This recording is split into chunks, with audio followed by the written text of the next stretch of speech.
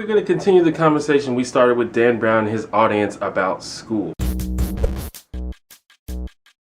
Now, Dan has already discussed several video responses from viewers outside of America in a discussion sort of comparing their education systems to that of the United States. It's actually a very eye-opening video. You should check it out. There's a link on the screen and in the description. Today, Dan and I are going to take a look at some more video responses. And just like before, we've scheduled our videos to drop on the same day, so when you're done with this video, you can go right over to his channel and watch his. Or you can watch his first, I don't care. Now, looking at some of these video responses, I found myself like, preach it. While the problems with the American education system are complicated like anything else, it's still very clear that there are problems, as Ms. Music points out. I'm currently a junior in high school in America, so I'm in grade 11. I started school on Monday when the original video was uploaded. Standardized testing, I hate it. I'm a junior, so I'm going to be taking SATs, ACTs, AP exams. What I hate is that they're holding everybody to the same level when we all have differences. I started really thinking about this issue when John Oliver of Last Week Tonight made a video. Not all of us are going to be biology majors. Not all of us are good at math. Not all of us can write really well. This brought back memories of my junior year in high school. But the thing about it is, I was one of those people that was actually good at taking tests. And ironically, that's how I know the system was flawed. Because I was a giant slacker in high school, but I still graduated near the top of my class. I made a 28 on the ACT, which is above average, and I didn't even study for it. And I had friends and classmates that worked harder than me and knew more stuff than me, but still performed worse. So I know from firsthand experience that test taking is a particular skill that not everyone has developed. So it's probably incorrect for that to be the primary or only way we judge academic progress. Aaron brings up another good point. I am currently in my 5th year of college. I'm studying math and computer engineering. You can't teach somebody something that they don't want to learn. From my high school experience, I know that felt like their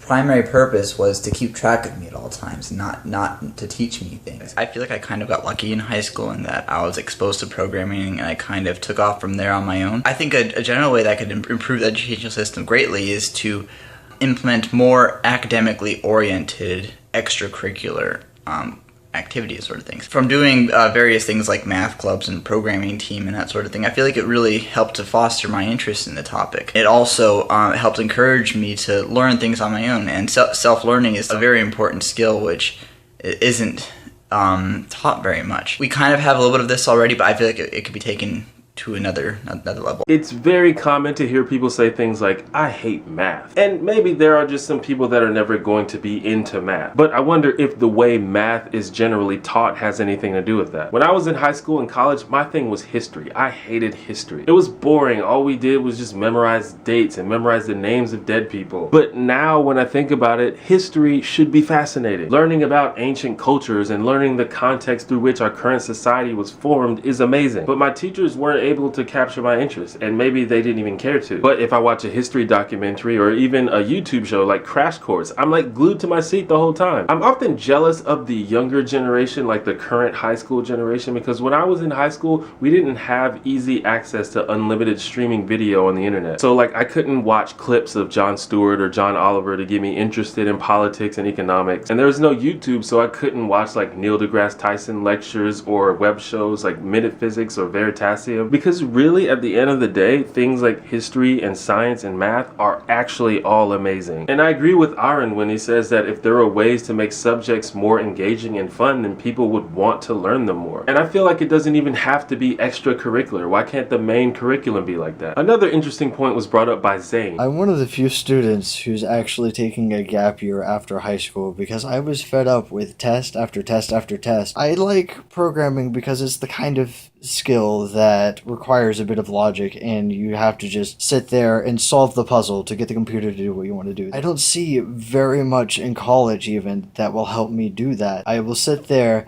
and spend tens of thousands, even hundreds of thousands of dollars sitting there and taking American history or Texas history again.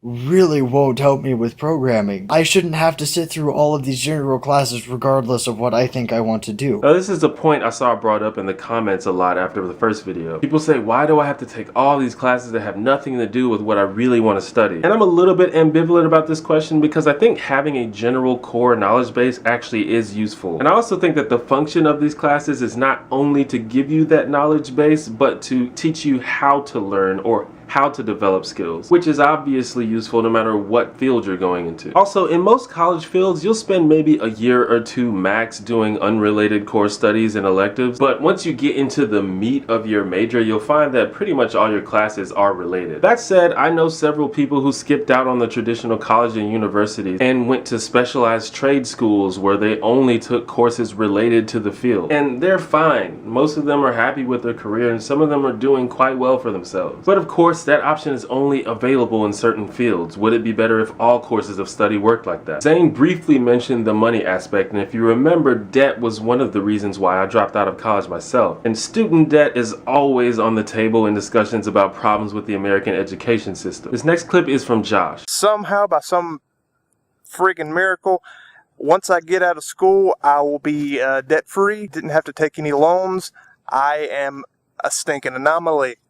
And that shouldn't be. I should be the norm. What are some of the last throws that we can say, that other people can say, to convince the people that aren't convinced that school, higher education should be funded a whole lot more than it is? How do we get the holdouts out of their holds? Now, the student debt system in America is clearly a disaster, and the reasons for this are complicated, as you might imagine. See, my generation grew up being told that college was basically mandatory. That's what you do after high school. You go to college. If you don't go to college, you probably won't get a job. But it wasn't always like that. Our parents and grandparents weren't as pressured to go to college as we are. But since it has become this allegedly mandatory thing, college enrollment has skyrocketed over the past few decades. So of course, this forces colleges to expand. They need more space, more faculty, more dormitories, and this leads to higher tuition. And eventually, the tuition becomes so high that no one can afford it. But we're still told you have to go to college, go to college. So in response to this, the government expands access to grants and student loans, which results in even more college enrollment, which leads to even higher tuition. And it seems to be kind of a deadly cycle. Now, as for why college all of a sudden became the mandatory gateway to employment in America, we could offer lots of suggestions, some of which may even border on conspiracy theory territory. However, one simple reason could be that a well-educated population is good for society. But if this is the assertion being made, then it makes sense to invest in education. Is education a privilege that only upper middle class people deserve to have? We clearly don't think this because we offer education to everyone, regardless of their class, just with the caveat that you might be in massive debt when it's all done. But if education is something we value and we think that all people should have, then we shouldn't punish people for seeking it. That's just me though. Like I said, Dan has dropped a video continuing this conversation, so be sure to go watch his video and make sure you subscribe to him while you're over there. And if you're here from the Pogo tribe and you like my hair, feel free to subscribe to me as well.